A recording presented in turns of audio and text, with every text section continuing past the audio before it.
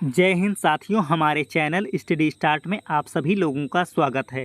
IAS prelim series 26/5/2024 के लिए यह हमारा 17th लेक्चर है, यानी 17वां लेक्चर है। इसमें हम पॉलिटी, जियोग्राफी, हिस्ट्री और इकोनॉमिक के क्वेश्चन को सॉल्व करेंगे।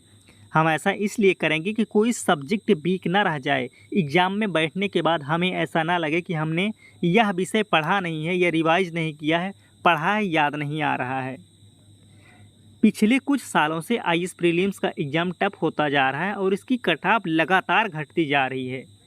आप प्रीलिम्स प्रीवियस ईयर क्वेश्चन को जितना ज़्यादा सॉल्व करेंगे उतना ज़्यादा आपको अनुभव होगा और आपकी गलतियां कम होगी। चलिए हम क्वेश्चन को स्टार्ट करते हैं। सब्जेक्ट है भारत का भूगोल, टॉपिक है मृदा। क्वेश्चन फर्स्ट है, निम्नलिखित कथनों पर विचार कीजिए। राष्ट्रव्यापी मृदा स्वास्थ्य card scheme, soil health card scheme का उद्देश्य। कथन फर्स्ट है, सिंचित कृषि योग्य क्षेत्र का विस्तार करना। सेकंड कथन है, मृदा गुणवत्ता के आधार पर किसानों को दिए जाने वाले ऋण की मात्रा के आकलन में बैंकों को समर्थ बनाना। थर्ड कथन है, कृषि भूमि में उर्वरकों के अति उपयोग को रोकना। उपर्युक्त कथनों में से कौन सा सही है? ऑप्शन नंबर ए केवल फर्स्ट और सेकंड, ऑप्शन नंबर बी केवल थर्ड, ऑप्शन नंबर सी केवल सेकंड और third, option number D first, second और थर्ड। सही ऑप्शन है ऑप्शन नंबर बी केवल थर्ड, कृषि भूमि में उर्वरकों के अति उपयोग को रोकना। चलिए अब हम इसकी व्याख्या देखते हैं। व्याख्या है, मृदा स्वास्थ्य कार्ड योजना की शुरुआत सभी राज्यों या संघ शासित प्रदेशों में सभी खेतों की प्रजनन क्षमता का मूल्यांकन करने तथा 2 साल के चक्र में किसानों को नियमित रूप से मिट्टी के स्वास्थ्य कार्ड जारी करने के लिए की गई। भारत का भूगोल से सेकंड क्वेश्चन है, भारत में मृदा अपक्षय समस्या निम्नलिखित में से किससे संबंधित है? फर्स्ट वेदिका कृषि, सेकंड वनोन्मूलन, थर्ड उष्णकटिबंधीय जलवायु। नीचे दिए गए कूट का प्रयोग कर सही उत्तर चुनिए। ऑप्शन नंबर ए केवल फर्स्ट और सेकंड, ऑप्शन नंबर बी केवल सेकंड, ऑप्शन नंबर सी केवल फर्स्ट और third, option number D first, second और थर्ड। सही ऑप्शन है ऑप्शन नंबर बी केवल सेकंड, वनोन्मूलन। चलिए अब हम इसकी व्याख्या देखते हैं। ऊपरी मृदा का एक स्थान से दूसरे स्थान पर स्थानांतरण मृदा अपरदन कहलाता है। मृदा अपरदन मृदा की उर्वरता को नकारात्मक रूप से प्रभावित करता है। इसे प्रोत्साहन देने वाले कारकों में वनोन्मूलन, उच्च वर्षा एवं प्रवाह, मृदा संरचना, तीव्र ढाल प्रवणता, खेती एवं जुताई की प्रणालियाँ प्रमुख हैं। वेदिका कृषि के बारे में जानते हैं। वेदिका कृषि को सीढ़ी नुमा कृषि भी कहा जाता है। ऐसी कृषि प्रणाली में ढाल युक्त भूमि में समोच्च रेखाओं के सहारे भूमि का समतलीकरण कर वेदिकाओं का निर्माण किया जाता है। यह कृषि प्रणाली मृदा अपरदन को रोककर मृदा संरक्षण को बढ़ावा देती है। वनोन्मूलन मृदा अपरदन को बढ़ावा देता है। वृक्षों की जड़ें मृदा को बांधकर रखती हैं तथा अत्यधिक वर्षा एवं प्रवाह तथा तेज हवा की स्थितियों में भी वृक्ष ऊपरी मृदा को प्रवाह से बचाए रखते हैं। थर्ड है उष्णकटिबंधीय जलवायु के बारे में जानते हैं। उष्णकटिबंधीय जलवायु में उच्च तापमान पाया जाता है एवं यहाँ उच्च वर्षा होती है, जिससे इन प्रदेशों में सघन वनों का व्यापक विकास देखा जाता है। इस क्षेत्र में मृदा अपरदन के लिए स्थानांतरण कृषि, वनोन्मूलन एवं अन्य मानवीय गतिविधियां जिम्मेदार हैं, ना कि उष्णकटिबंधीय जलवायु। सब्जेक्ट हिस्ट्री, आधुनिक भारत का इतिहास से क्वेश्चन है, निम्नलिखित युग्मों पर विचार कीजिए। एक तरफ है आंदोलन या संगठन, एक तरफ है नायक।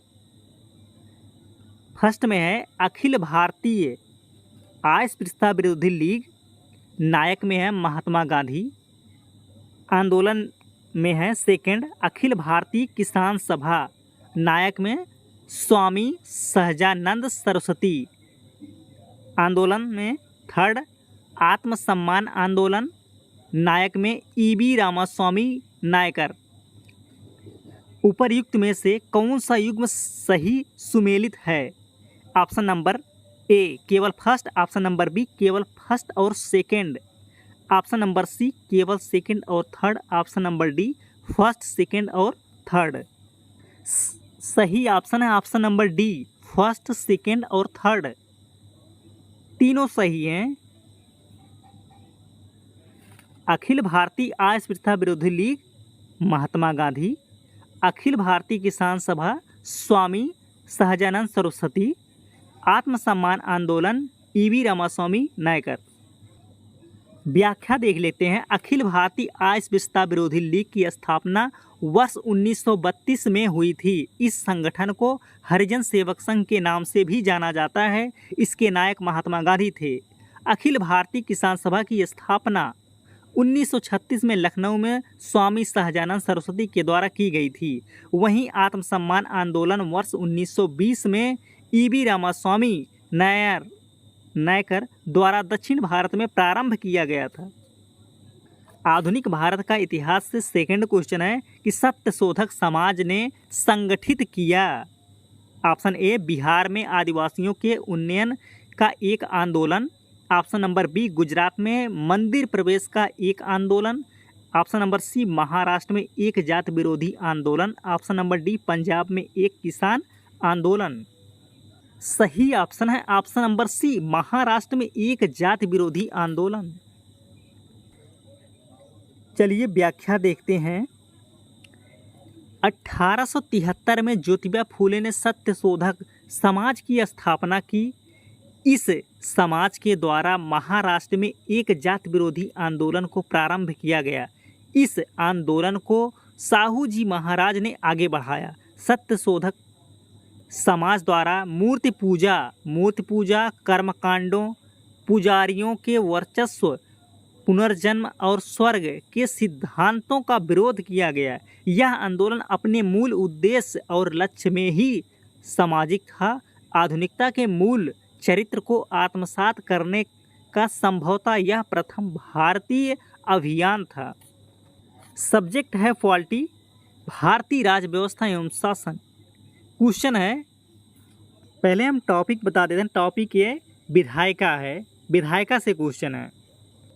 क्वेश्चन है कि वित्त मंत्री संसद में बजट प्रस्तुत करते हुए उसके साथ अन्य प्रलेख भी प्रस्तुत करते हैं जिनमें बृहद आर्थिक रूपरेखा विवरण, the macro economic framework statement भी सम्मिलित रहता है। यह पूर्वोक्त प्रलेख निम्न आदेशन के कारण प्रस्तुत किया जाता है। ऑप्शन ए चिरकालिक संसदीय परंपरा के कारण, ऑप्शन बी भारत के संविधान के अनुच्छेद 112 तथा अनुच्छेद 110 फर्स्ट के कारण, ऑप्शन सी भारत के संविधान के अनुच्छेद 113 के कारण, ऑप्शन डी है राजकोषीय उत्तरदायित्व एवं बजट प्रबंधन अधिनियम 2003 के प्रावधानों के कारण।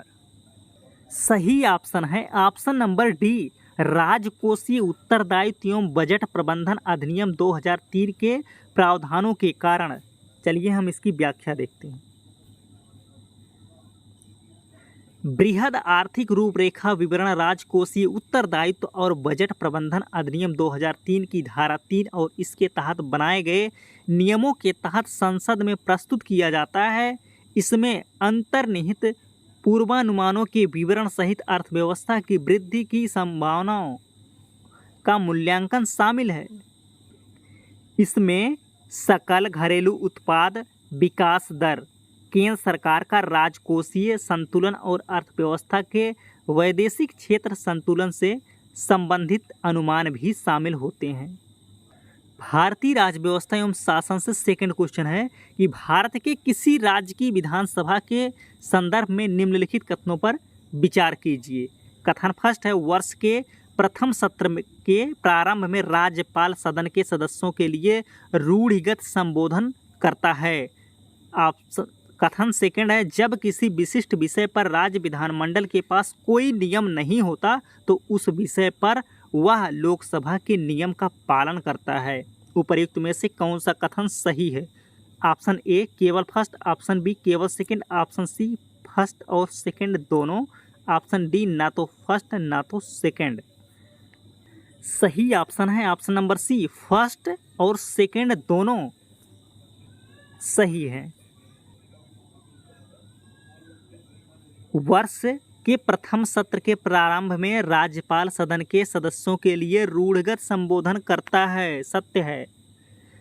सेकंड कथन, जब किसी विशिष्ट विषय पर राज्य विधानमंडल के पास कोई नियम नहीं होता तो उस विषय पर वह लोकसभा के नियम का पालन करता है, ये भी सत्य है।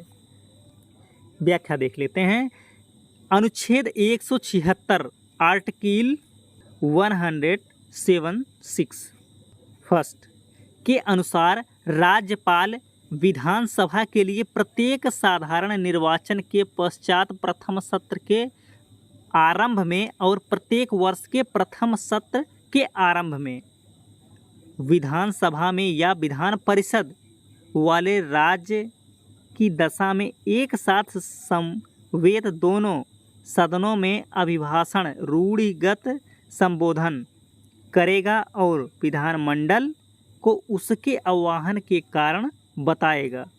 सब्जेक्ट इकोनॉमी, आर्थिक और सामाजिक विकास। क्वेश्चन है, किसी अर्थव्यवस्था में मुद्रा गुणक मनी मल्टीप्लायर निम्नलिखित में से किस एक के साथ बढ़ता है?